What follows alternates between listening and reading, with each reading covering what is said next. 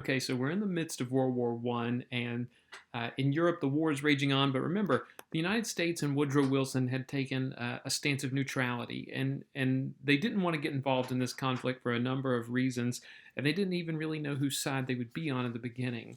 But as the war went on, providing them weapons and supplies started leaning more heavily to the Allies in Britain and France. Great Britain had a blockade of Germany, and that really prevented any business from being conducted with the Germans, and the cultural ties to Great Britain and France were enough to really put America closer to the Allies than the Central Powers. Now, despite that, America's going to face some circumstances that rope them into this war, and one of these incidents is the destruction of the Lusitania. The Lusitania is a passenger ship that is going across the Atlantic. It's a British ship, but it has American passengers, and it is sunk by a German U-boat. A German torpedo takes down the Lusitania, and you'll notice from this New York Times headline that I love the headline, probably 1,260 dead, but there are Americans on board. Not that many by comparison. Like I said, it's a British ship, but it's a passenger ship, and the fact that there are Americans on board sends us into a crisis.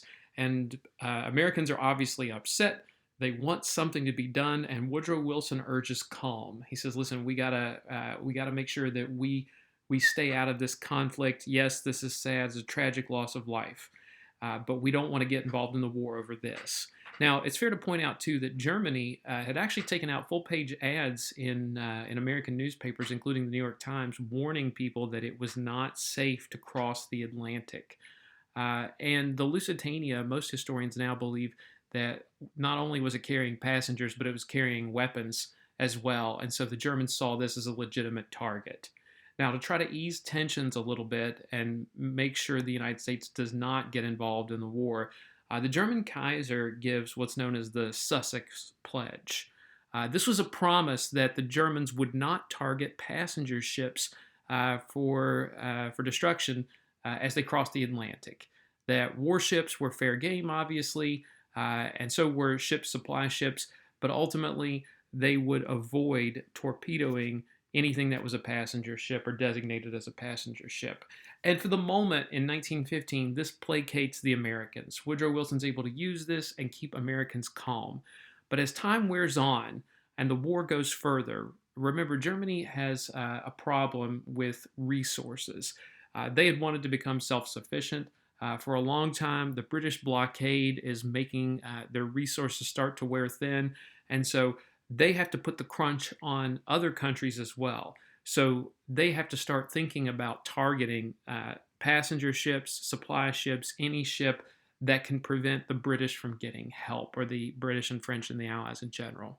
Now, that in itself is going to be a problem, but another problem results with something called the Zimmerman Note. A German foreign secretary, a gentleman by the name of Arthur Zimmerman, who you see here, Arthur Zimmerman sends this telegram to Mexico City, wanting to discuss some issues with the Mexican government. And you can see a bunch of numbers here, but this is actually a coded transmission. The coded transmission is broken by British intelligence, and they pass it along to the United States. And this so-called Zimmerman Note, here's what it says. You see right here, it says they plan to begin to use unrestricted submarine warfare, and they're going to basically start violating that Sussex Pledge. They have to get involved with destroying these ships. And it says, Mexico, if we can't keep the United States neutral, despite the fact that we're going to blow up a bunch of ships, then we have a proposal. Why don't you jump in the war on the part of the Central Powers, and after the war's all over, we'll give you back territory in Texas, New Mexico, and Arizona that you lost to the United States years ago. To give you an idea, Texas, Arizona, and New Mexico, right there in the lighter green, was taken from Mexico during the U.S.-Mexican War back in the 19th century. And you can see the red line showing what Mexico originally had to give up. And so this Zimmerman Note, at first America thought Britain was just trying to use this to rope them into the war. But when the United States confronts Germany with it, they admit that they sent the note. They didn't see this as that big a deal in the grand scheme of things, and the United States is furious. And not only that, but the Germans are going to start increasing their U-boat attacks. And to give you an idea of how efficient these U-boats were at taking out targets, take a look at this little graphic. This shows you ships sunk by U-boats just between September 1916 and April 1917. Every dot represents a ship that was sunk by a U-boat. They are extremely effective. Who knows how many of these ships are lying at the bottom of the North Atlantic just waiting for somebody to salvage them over 100 years later. The Zimmerman Note, combined with U-boat attacks, puts Woodrow Wilson in a place where he feels like he has no choice but to get involved now. These provocations are too much even for Wilson, who won re-election in 1916 by declaring he kept us out of the war. But now he goes to Congress and asks them for a specific declaration of war. You see the headline from the New York Times here. He's also saying we need a new army of 500,000 men. Before World War I, the United States had a very small standing army, maybe in the neighborhood of like 100, 120,000, which is not a lot. And so the United States says we need to get ready for war.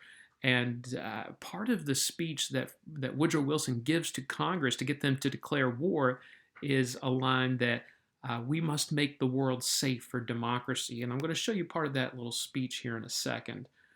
Here it is. The world must be made safe for democracy. Its peace must be planted upon the tested foundations of political liberty. We have no selfish ends to serve. We desire no conquest, no dominion. We seek no indemnities for ourselves, no material compensation for the sacrifices we shall freely make. We are but one of the champions of the rights of mankind. We shall be satisfied when those rights have been made secure as the faith and the freedom of nations can make them. Listen, Woodrow Wilson is saying this is a fight between democracies and the autocrats of Europe. He says, look, Austria-Hungary ruled by an emperor. Ottoman Empire ruled by a sultan. Germany ruled by the Kaiser. And so he's like, listen, Britain, France, the United States, all democracies. Never mind that he was ignoring Russia, but we'll get to them in a minute. He says we have to make the world safe for democracy. And also part of this war, this declaration of war, which Congress freely gives, April of 1917, shortly after the Zimmerman Note incident and U-boats start attacking on the regular, Woodrow Wilson and Congress decide it's time for the United States to go to war. But going to war is going to be difficult. The United States is not at all ready for war, so mobilization is going to take quite a bit of work. Getting your men trained, the necessary equipment ready, getting your people behind the war, it's going to take a huge effort.